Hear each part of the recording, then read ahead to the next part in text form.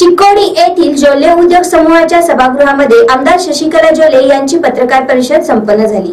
या पत्रकार परिषदेवेळी पक्ष नेहमी जिंकणारे व कडवी स्पर्धा करणारे उमेदवार देत असून या निवडणुकीमध्ये चिक्कोडी मतदारसंघ 100% काँग्रेसमुक्त होणार असल्याचे मत आमदार शशिकला जोल्ले यांनी व्यक्त केले आहे। 2018 सालच्या विधानसभा निवडणुकीमध्ये अपेक्षा नसताना उमेदवारी मिळाली होती। पक्ष नेहमी जिंकणारे व कडवी स्पर्धा करणारे उमेदवार देत असतात। त्याप्रमाणे सर्व कार्यकर्ते व संघ परिवाराच्या आशीर्वादाने लोकसभेसाठी अण्णासाहेब जोल्लेंना उमेदवारी मिळाली आहे। त्यामुळे या निवडणुकीत चिक्कोडी लोकसभा मतदारसंघ 100% काँग्रेसमुक्त होणार असल्याची माहिती निपाणीच्या आमदार सौ शशिकला जोल्ले यांनी दिली। आज शहरातील जोल्ले समूहाच्या कार्यालयात बोलवलेल्या पत्रकार परिषदेवेळी त्या बोलत होत्या। पुढे त्या म्हणाल्या, अण्णासाहेब जोल्लेंनी संघ संस्थांच्या माध्यमातून सामाजिक कामे केल्याने चांगला जनसंपर्क आहे। त्यामुळे अण्णासाहेबांनी केलेले कार्य व मोदींनी 5 वर्षात केलेली कामे घेऊन मतदारांच्यात प्रचार करणार आहे। 3 वेळा पराभव झाला असला तरी अपयश हीच यशाची पहिली पायरी समजून सकारात्मक दृष्टीने पुन्हा प्रयत्न करत आहे। मतदार सुशिक्षित व सुज्ञ असल्यामुळे या निवडणुकीत यश मिळणार असल्याचे ते यावेळी म्हणाल्या। मतदार सुशिक्षित व सुज्ञ असल्यामुळे या निवडणुकीत यश मिळणार असल्याचे ते यावेळी म्हणाल्या। ನಿನ್ನೆ ನಾವು ನಿಪಾಣಿ ಕ್ಷೇತ್ರದ ಕಾರ್ಯಕರ್ತರ ಸಭೆಯನ್ನ ಮಾಡಿದ್ವಿ।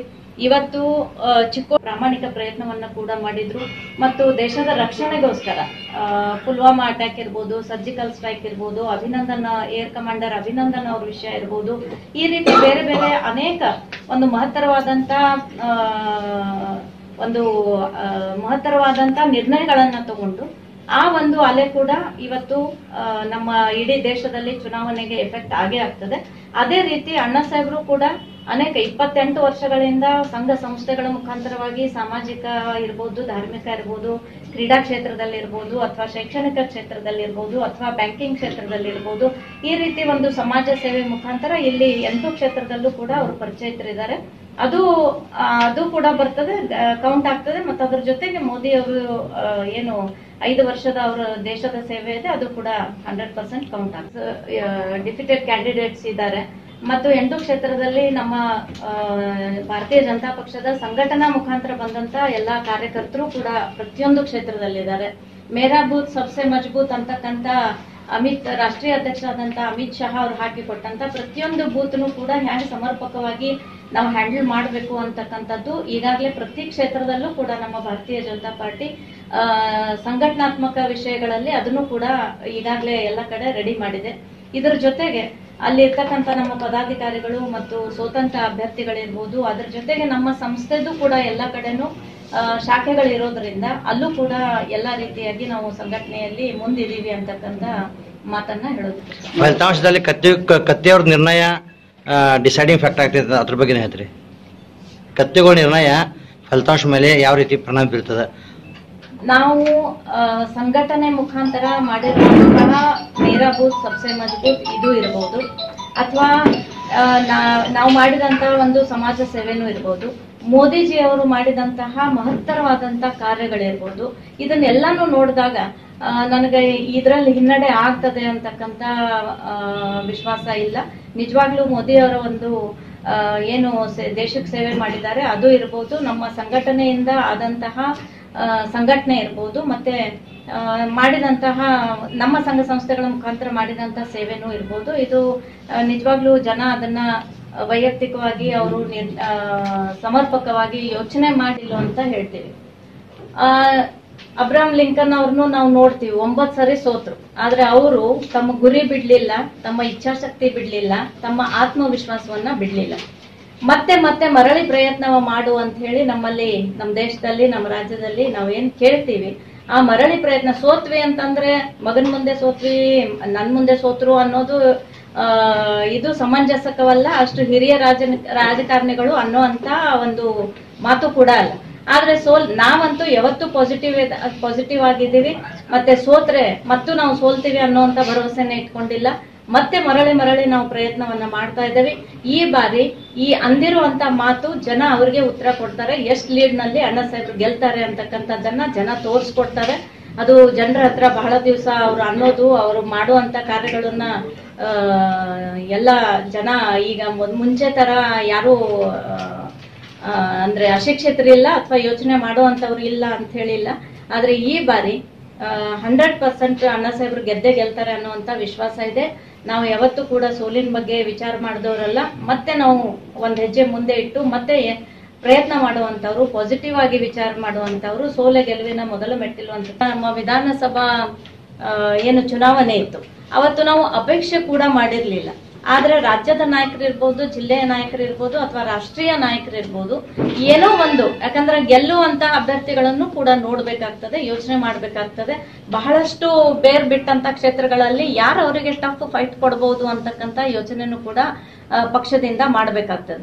ಅವಾಗ ನಾವು ಅದನ್ನ ಟಿಕೆಟ್ ಕೇಳದೆ ಇದ್ರು ಕೂಡ ಎರಡನೇ ಒಂದು ಲೀಸ್ಟ್ ಅಲ್ಲಿ ನಮ್ಮ ರಾಷ್ಟ್ರೀಯ ನಮ್ಮ ಮುಖಂಡರು, ರಾಜ್ಯದ ಮುಖಂಡರು ಎಲ್ಲರೂ ನಿರ್ಣಯ ಮಾಡಿಕೊಂಡು ಅಣ್ಣಾ ಸಾಹೇಬ್ರ ಹೆಸರನ್ನ ಡಿಕ್ಲೇರ್ ಮಾಡಿದ್ರು. ಅವಾಗ ನಮ್ಗೇನು ಗೊತ್ತಿರ್ಲಿಲ್ಲ, ಇಲ್ಲಿ ತಯಾರಿ ಇರ್ಲಿಲ್ಲ. ಆದ್ರೂ ಕೂಡ ಇಲ್ಲಿ ಒಂದು ಟಫ್ ಫೈಟ್ ಅನ್ನ ಕೊಟ್ಟಿದ್ದೀವಿ. ಆ ಟಫ್ ಫೈಟ್ ಕೊಟ್ಟಾಗ ಇದನ್ನ ಇಲ್ಲಿ ಕಾಂಗ್ರೆಸ್ ಮುಕ್ತ ಚಿಕ್ಕೋಡಿ ಲೋಕಸಭಾ ಕ್ಷೇತ್ರ ಮಾಡ್ಬೇಕು, ಚಿಕ್ಕೋಡಿ ಮಾಡ್ಬೇಕು ಅಂತಂದಾಗ ನಾವು ಇನ್ನೊಂದ್ಸತಿ ನಿಂದಿರ್ತೀವಿ ಅಂತ ನಾವು ಪಕ್ಷಕ್ಕೆ ಕೇಳ್ಕೊಂಡಿದ್ವಿ.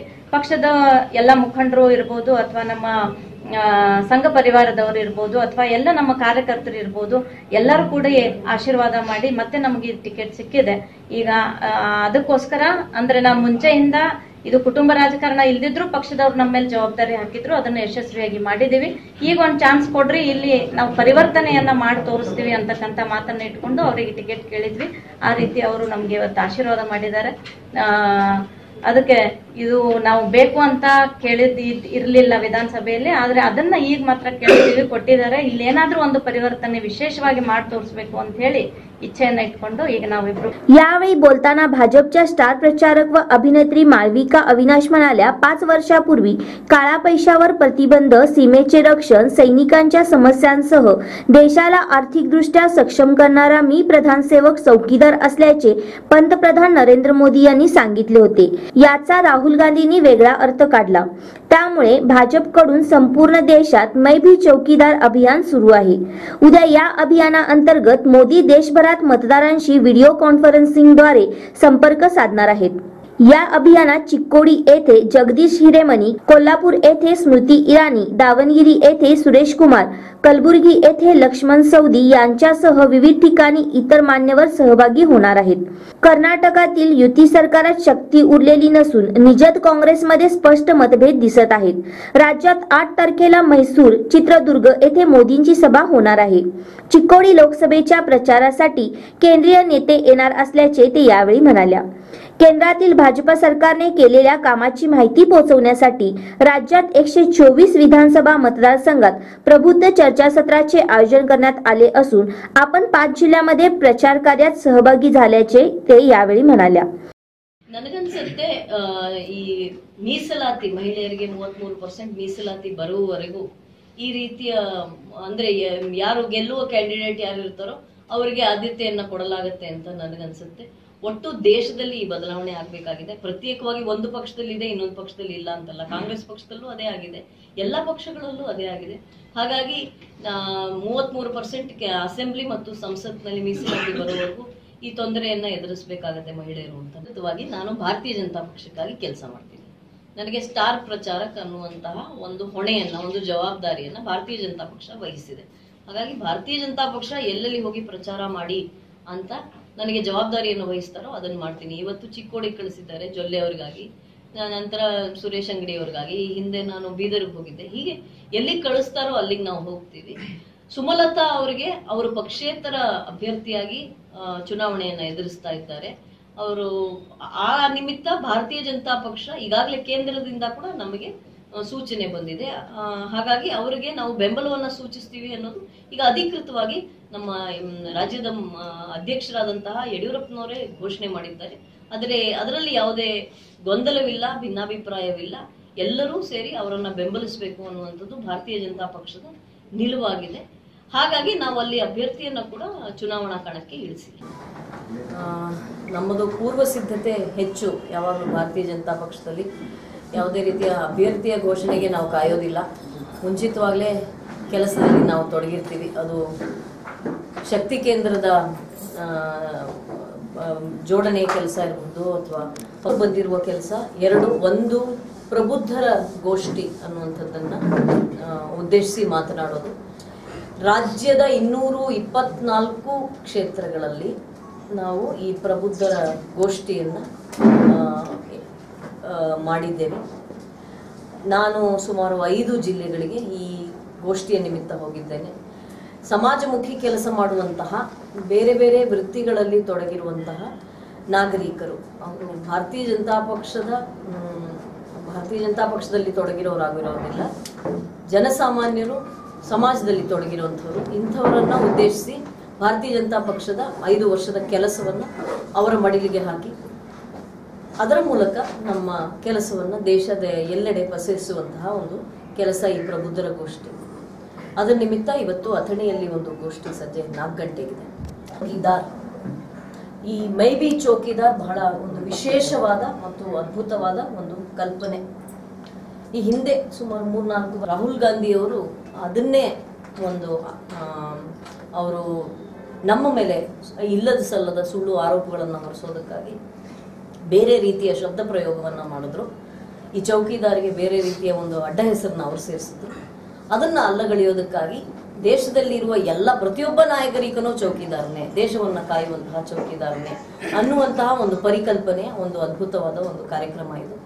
ನಾಳೆ ಅಭ್ಯರ್ಥಿಯಲ್ಲಿ ಬೆಳಗಾವಿಗೆ ನಾನು ಹೋಗ್ತಾ ಇದ್ದೇನೆ. ಹೀಗೆ ಸ್ಮೃತಿ ಇರಾನಿ ಅವರು ನಾಳೆ ಕೋಲಾರದಲ್ಲಿ ಈ ಮೈ ಬಿ ಚೌಕಿದಾರ್ ಕಾರ್ಯಕ್ರಮದಲ್ಲಿ ಭಾಗವಹಿಸಲಿದ್ದಾರೆ.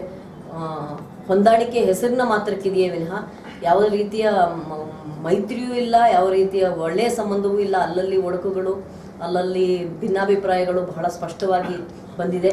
ಅದಕ್ಕೆ 2-3 ಸ್ಪಷ್ಟವಾದ ಉದಾಹರಣೆಗಳಿದೆ. ಒಂದು ಉಡುಪಿ ಚಿಕ್ಕಮಗಳೂರಿನಲ್ಲಿ ಅವರಿಗೆ JDS ಮೊದಲನೇದಾಗಿ 28ರಲ್ಲಿ 8ನ್ನ JDSಗೆ ಹೇಗೆ ಕೊಟ್ಟರು ಅನ್ನೋದು ಎಲ್ಲರ ಸಾರ್ವಜನಿಕರ ಪ್ರಶ್ನೆ ಆಗಿದೆ. ಅವರು ಸಾಮಾನ್ಯವಾಗಿ ಗೆಲ್ತಾ ಇದ್ದಿದ್ದೇ 2, ಅವರಿಗೆ 8ನ್ನ ಯಾಕೆ ಕೊಟ್ಟರು ಅನ್ನುವಂಥದ್ದು. ಅಂದರೆ ಯಾವ ರೀತಿ ಆರ್ಮ್ ಟ್ವಿಸ್ಟಿಂಗ್ ಮಾಡಿದ್ದಾರೆ JDSನವರು. ಕೇವಲ 37 ಶಾಸಕರನ್ನ ಇಟ್ಕೊಂಡು ರಾಜ್ಯದಲ್ಲಿ ರಾಜ್ಯಭಾರ ಮಾಡೋದಲ್ಲದೆ 8 ಸೀಟುಗಳನ್ನು ಮೈತ್ರಿಯ ಪೈಕಿ ಪಡ್ಕೊಂಡಿದ್ದಾರೆ. ಅದರಲ್ಲಿ ಅವರಿಗೆ ಕ್ಯಾಂಡಿಡೇಟ್ ಸಿಗದೆ ಅನೇಕ ಕಾನ್ಸ್ಟಿಟ್ಯೂನ್ಸಿಗಳಲ್ಲಿ ಗೊಂದಲ ಆಗಿದೆ. ಅದರಲ್ಲಿ ಉಡುಪಿ ಚಿಕ್ಕಮಗಳೂರು ಪ್ರಧಾನವಾದ್ದು. ಅವರು प्रमोद मधुराजू ಒಂದು ಕಡೆ, JDS ಒಂದು ಕಡೆ, तेने होता महिला. या पत्रकार परिषदेवेळी मीनाक्षी वंटमुरी, जयश्री निंबर्गी व इतर उपस्थित होते.